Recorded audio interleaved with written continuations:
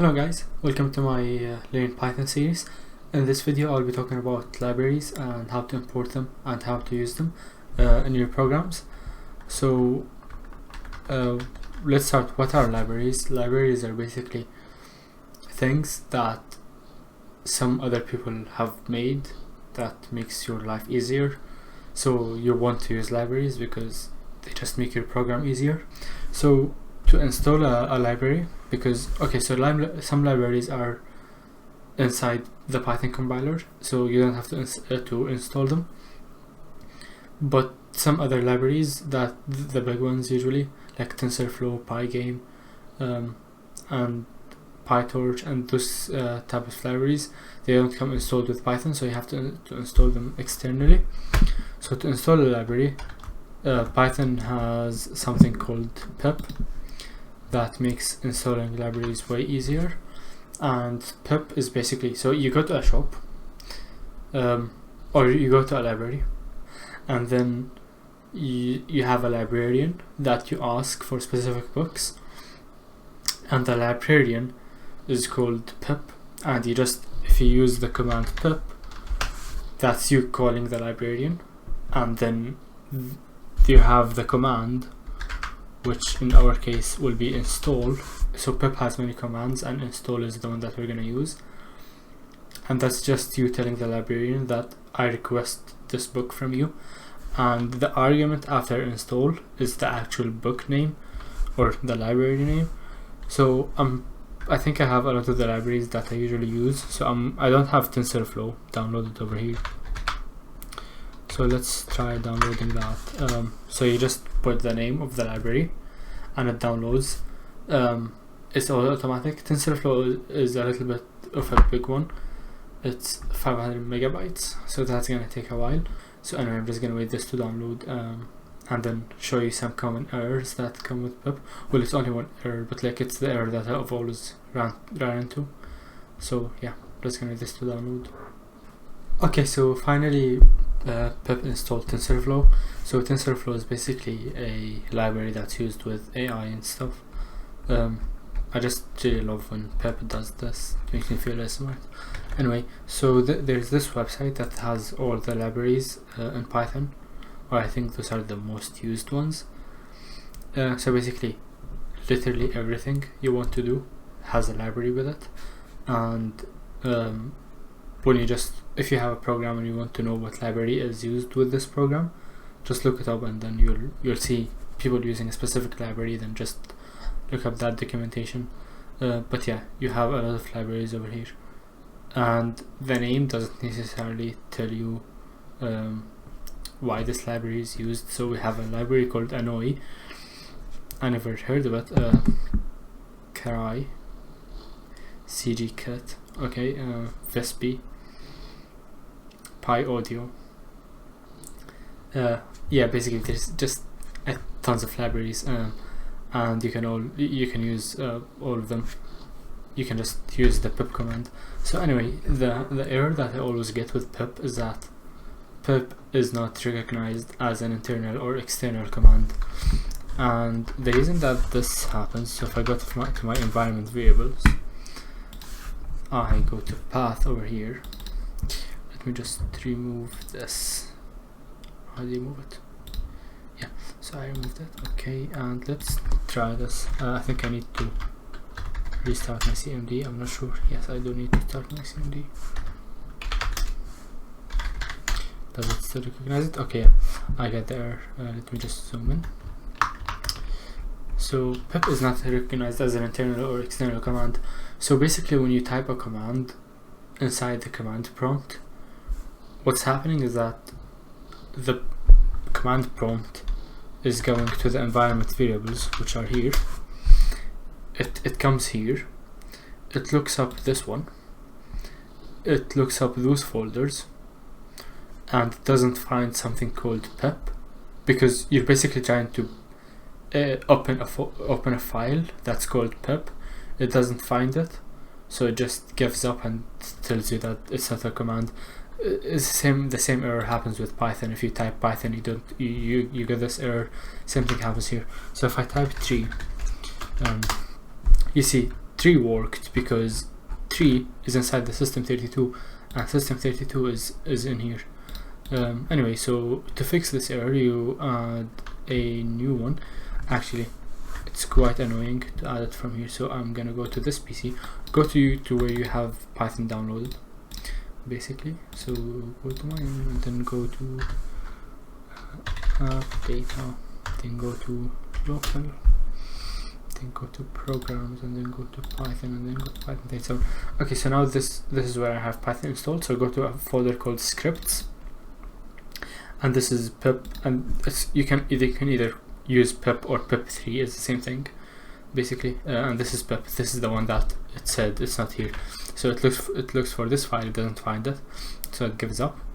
So you copy this and literally just double click here in a new line, Ctrl V it, or paste it, click OK, and then restart your CMD and use pip, and now it recognizes it. Anyway, so now that we have downloaded TensorFlow, I sadly will not be importing TensorFlow here because I kind of don't actually know how to use it. Anyway, we will use a slightly easier one. So to import a library, use the word import, and you see Kite has given me all the mostly used libraries. So you have SciPy, you have Keras, you have JSON, you have math, you have random, you have Flask, you have matplotlib, you have RE, I don't know what that is, you have sklearn, you have datetime, time, numpy, sys, future, os, django. So these are the most used libraries. So the one that we're going to use is called random. Just as an example, it tells you it's a module. A module is a library. If you want to import more than one library in the same line, you just type a comma and then the new library, comma. You can technically go forever, though some libraries have sub libraries in them, if that makes sense. So if I come here, I can say from pygame import, and you see I'm getting extra modules here because those are sub modules in the pygame library. I'm not sure if I'm pretty sure they actually come if you just import pygame, but you can import specific modules if you want. But yeah, you just use this and it works for me 90% of the time. So random is basically, well, it chooses from random things, either random numbers, random floats, random strings, random lists. It just chooses a random element of a specific